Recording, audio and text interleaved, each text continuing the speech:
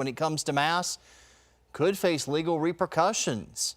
The CDC guidance recommends universal masking for all students, teachers, and staff. We've got a crew inside that meeting. They're in closed session right now. Once they come out, they'll then start discussing this more publicly.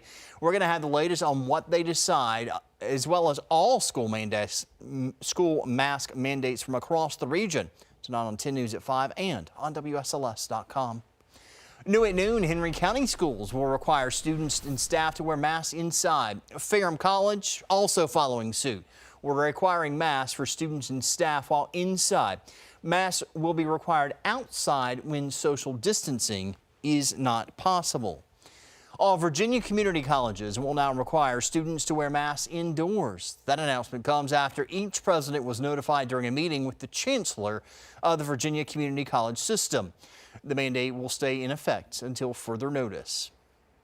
Coming up tonight on 10 News at 5, live team coverage of all of those school COVID requirements throughout Southwest Virginia and any changes that are announced today.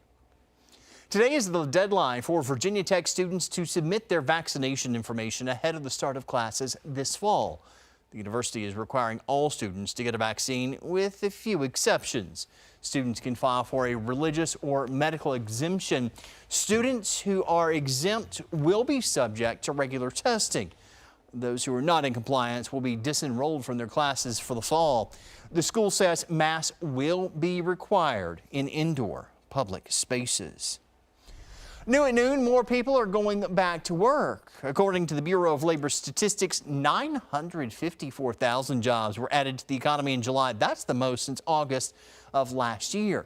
The unemployment rate dropped. It was 5.9% in June. It's down to 5.4% as of last month. The sectors adding the most jobs include leisure and hospitality, followed by education and professional and business services. Health officials are concerned parents going back to work could spread the virus to children in school. The federal government is launching a week of action today to keep students safe. They say student learning in person, they have a better chance of thriving. I really don't expect it to be a challenge to work with our teachers to get our schools reopened. In fact, I think they've shown a lot of proactive communication about wanting to reopen schools. All teachers want schools reopened. We just want to make sure that they're safe for students and for staff. President Biden says the White House is doubling down to get more students vaccinated in order to prevent outbreaks. United Airlines will require its workers to get vaccinated. Company officials say workers who refuse to show proof of vaccination will be fired. They have until late October to share their status with the company. Passengers will not be required to get vaccinated. The airline says it will leave that discussion up to the government. The Senate will have to wait until tomorrow at noon, about 24 hours from now, to move forward on the infrastructure bill after failing to do so last night. The bipartisan bill would give Virginia more than $7 billion for roads and bridges. One major road project locally is the Interstate 73 corridor, which has been in the works for decades. Senator Tim Kaine says although Congress is passing the bill for funding, it will be up to the Commonwealth Transportation Board to prioritize which projects will benefit from that money. So they will be looking at, well, do they do new projects that weren't on the 5-year plan, or do they accelerate projects that were on the 5-year plan and complete them sooner so that they can add new projects. With this bill, Virginia will also receive $1 billion toward public transit.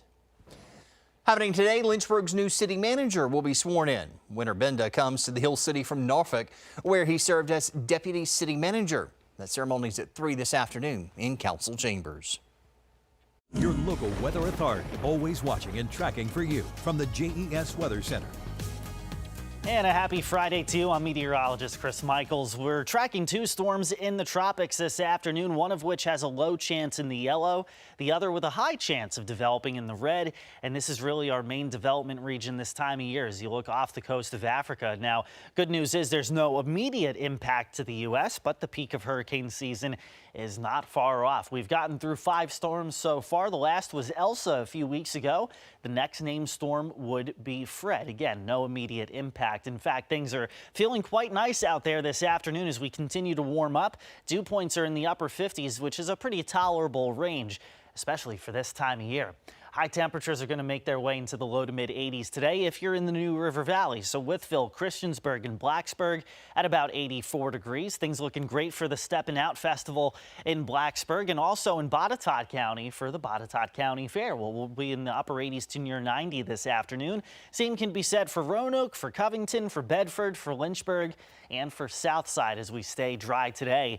And a very nice evening for whatever your plans may be. If you're heading to the Red Sox game as we play the Lynchburg Hillcats, first pitch temperatures in the middle 80s, seventh inning temps in the upper 70s. Will be in the middle 70s by the ninth inning at about 10 or 11 p.m. Now we'll start to see clouds increasing tonight and especially as we head into tomorrow morning. So that'll put a little bit of a lid on temperatures as in Roanoke and Rocky Mount. We fall into the upper 60s. Alta Vista and Danville will be in the upper 60s. And this is a part of the area where we could see actually a little bit of beneficial rain between about 7 and 11 a.m. tomorrow. So future tracker showing that at about 7 a.m. could have some pockets of heavy rain east of the Parkway. Now, just how far west that gets is still to be determined by lunchtime. It looks like most of the area is dry, but still partly to mostly cloudy. Now by 4 p.m. we'll start to see some scattered storms developing first in the mountains and then moving east throughout the evening. I do think after sunset, though, we lose the heat of the day and the chance for showers and thunderstorms will start to go down. But we would need about 6 to 9 inches of rain in a 4-week span in order to get over our dry spell. Tomorrow, if you do see rain, the most you would get is about a ½ an inch, but there's some of us that unfortunately will strike out tomorrow. We're in the low to mid 80s tomorrow afternoon across much of the area. Then by Sunday, we're back to about 85 to 90 degrees. And we're only going up from there. So our disturbance tomorrow moves off toward the east, high pressure to the south, low pressure to the north. We're sandwiched in between the two, which means our breeze comes in out of the west and southwest for much of next week. So we'll get hotter, but we'll also get more humid. And with that comes the chance for some hit or miss showers and storms. So looking beyond the weekend, you look at Monday, we're in the upper 80s and lower 90s. And a sign that the humidity is coming up is those overnight lows at the bottom of the screen. You see those coming up to about 65 to 70 degrees.